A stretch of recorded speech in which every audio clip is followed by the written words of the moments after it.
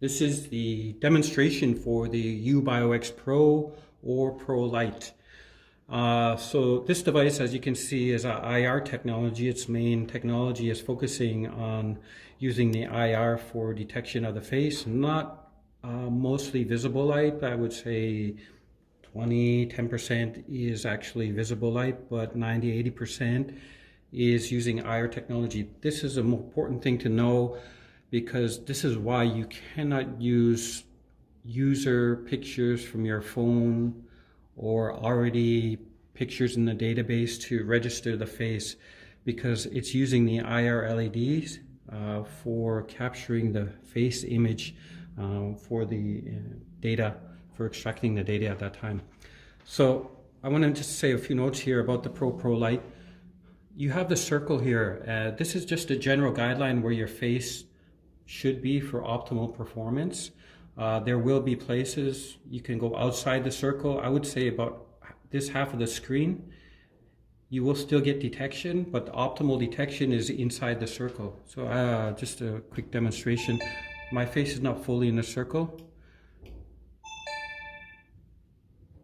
So first, we're going to go through the registration process of the face and go into the admin menu, user, add a user, going to get the next available ID, which is 2. And then you have all of the user options for the fingerprint, face, password, or card. And we'll start with enrolling the face.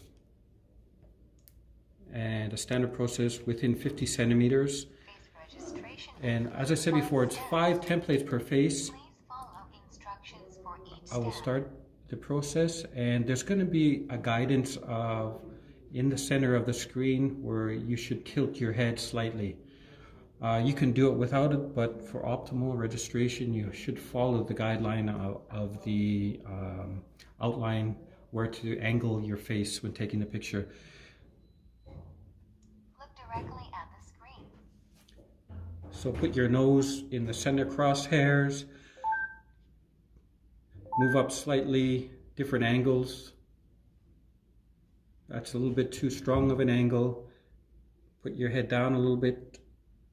That's right. Keep your nose in the crosshairs, and it's finished. It's a very simple registration process. Okay. While we're here, we're going to register the fingerprint. We already registered the face, so we'll choose a fingerprint option. And you can choose any of the indexing of your fingerprint up to 10 fingers per person. We'll choose the standard index, and as I said before, 2 fingerprint registrations per person. And if the quality is okay and matching, and it doesn't store the image, it will just store the extracted template of those images. And while I'm here, I'm going to do a password. And then also I'm going to register a card. And the important thing now is choosing the authentication type. They're all grayed out, so none of them are choice. So you have the choice of using any one of them. Card, fingerprint, face. Now in this case, password will not work, because password only works in combination with one other authentication type. So we have an OR function, so any three of these authentication types can be used. Everything's okay. Got the status screen of what's registered, and save it. Okay. Now I will just demonstrate the face authentication. As you can see, his face is not fully in the circle, but it's still authenticating. It's still quite fast.